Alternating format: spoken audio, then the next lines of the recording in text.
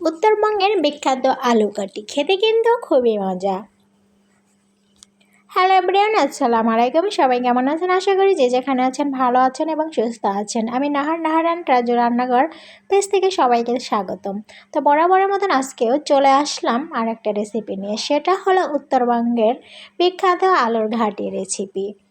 তো আজকে আলু ঘাটি করব আমি মাছের মাথা দিয়ে। তো মাছের মাথাগুলো ধুয়ে পরিষ্কার করে লবণ হলুদ মরিচ মাখিয়ে এখন এটা সেটা ভেজে নেব। সাথে আলুগুলো কিন্তু সিদ্ধ করে নিতে হবে। তো মাছটা উঠিয়ে নিয়েছি, এখন ওই তেলের ভিতরেই সব ফোড়ন দিয়ে দিলাম শুকনো মরিচ, তেজপাতা আর আস্ত জিরা, দিয়ে দিলাম পেঁয়াজ কুচি। এখন এগুলো একটু ব্রাউন কালার করে ভেজে নিতে হবে। ভাজা হয়ে আসলে আর ভিতরে সব মশলা দিয়ে কষিয়ে নিতে হবে।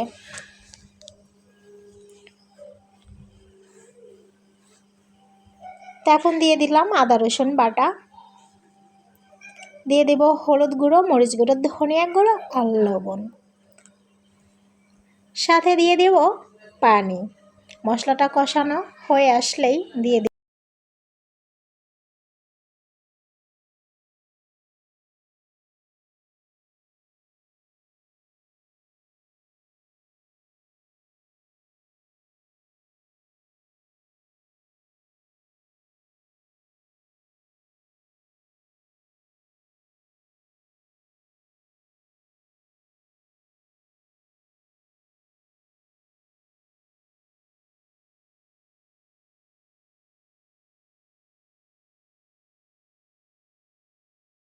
মশলাটা কষানো হয়ে এসেছে। এখন আমি এর ভিতরে দিয়ে দেব ভেজে রাখা মাছগুলো, দিয়ে দিলাম কাঁচামরিচ ফালি।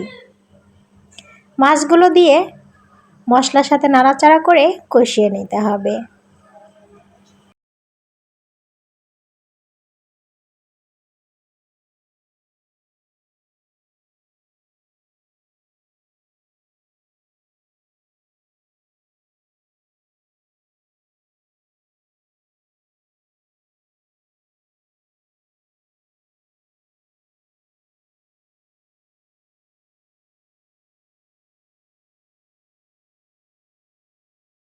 অপরদিকে আলুগুলো খোসা ছাড়িয়ে এখন আমি হাতের সাহায্যে চটকিয়ে নেব।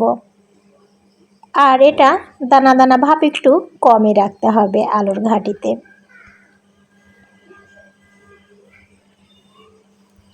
মাছটা কষানো প্রায় শেষের দিকেই, দিয়ে দিলাম টমেটো কুচি। এখন দিয়ে দিব ম্যাশ করে রাখা আলু। আলু দিয়ে মাছের সাথে নাড়াচাড়া করে মিক্স করে নিতে হবে।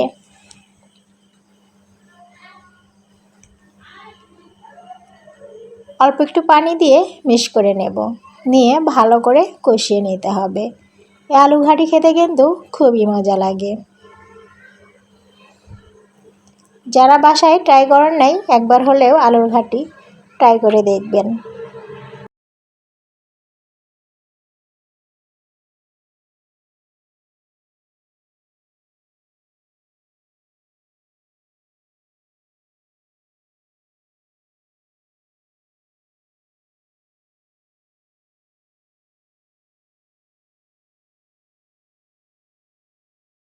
আলুটাও কষানো হয়ে এসেছে। এখন আমি এর ভিতরে দিয়ে দিব পরিমাণ মতো পানি।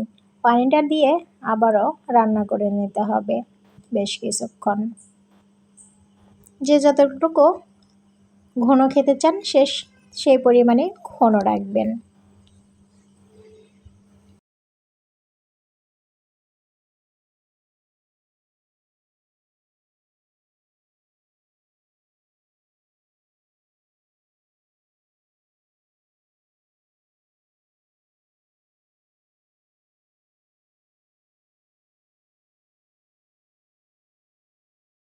রান্নাটা শেষের দিকেই, এখন আমি এর ভিতরে জিরা গুঁড়া দিয়ে নামিয়ে পরিবেশন করব।